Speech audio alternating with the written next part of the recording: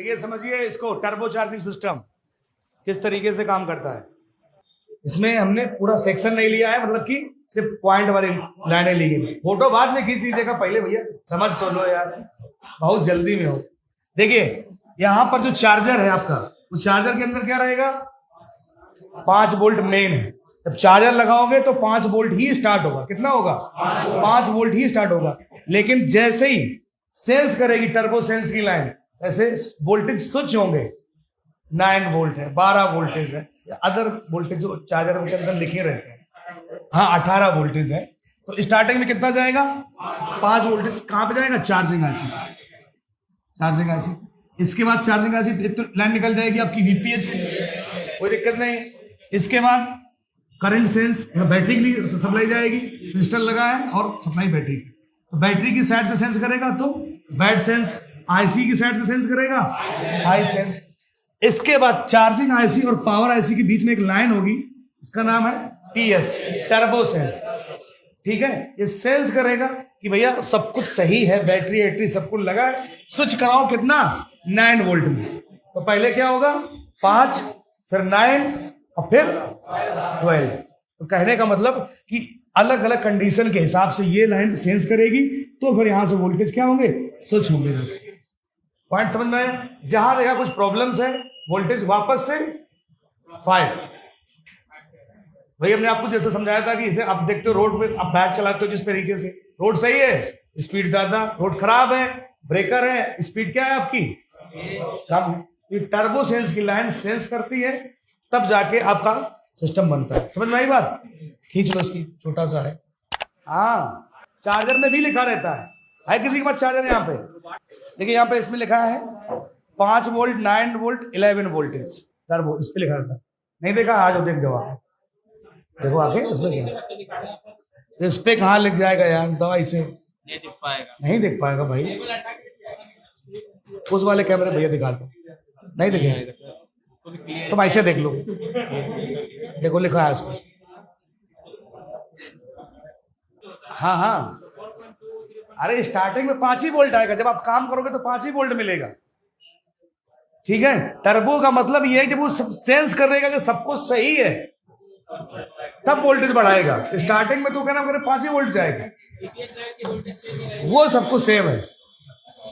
लीजिए इसका चार्जर। अब समझिए इसमें बैटरी का भी एक इंपॉर्टेंट रोल होता है कि चार्जर कौन सा लगाया जाए, ये भी एक समस्या रहती है। कितने वाट का होना चाहिए और कितने एम्पियर का होना चाहिए?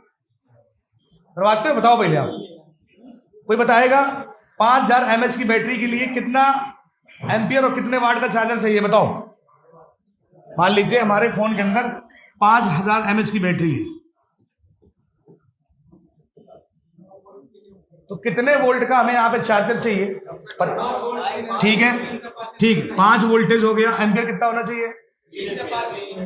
3 एम्पियर बोल रहे हैं, ठीक है, एम्पियर हो गया। वाट कितना होना चाहिए?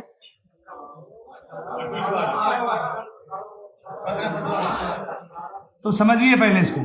तो ये 5000 mAh है, 5 वोल्टेज इंटू 5 एम्पियर, 25 वाट का चार्जर चाहिए। वोल्टेज और एम्पियर मिला के क्या बन जाता है आपका? वाट। तो हमें 25 वाट का चाहिए।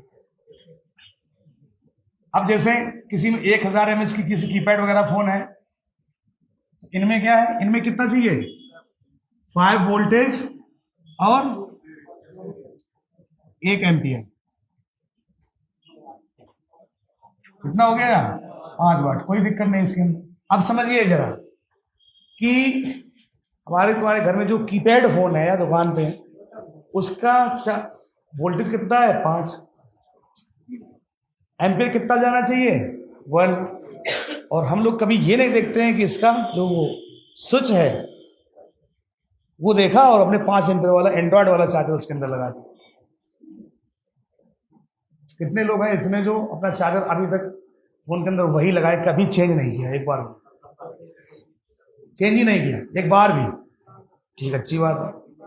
कस्टमर को ये बात नहीं पता रहती है, वो बदलता रहता है। अब समझिए किसी की क्षमता है 1 एम्पियर यानी कि स्पीड को, और लगा दिया उसने 5 का, तो क्या होगा?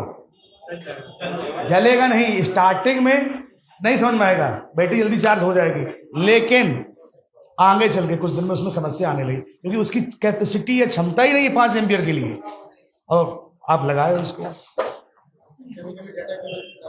भाई सीधी सी बात, एक 60 साल के व्यक्ति को लेके आया जाए और तुम्हारे साथ दौड़ाया जाए, एक दिन तो दौड़ लेगा रोज, बताओ भाई दौड़ सकता है क्या? वो कैपेसिटी नहीं है जो आपके अंदर क्षमता है। ये चीजें ध्यान नहीं देते। ऐसे अगर 2000 mAh की बैटरी है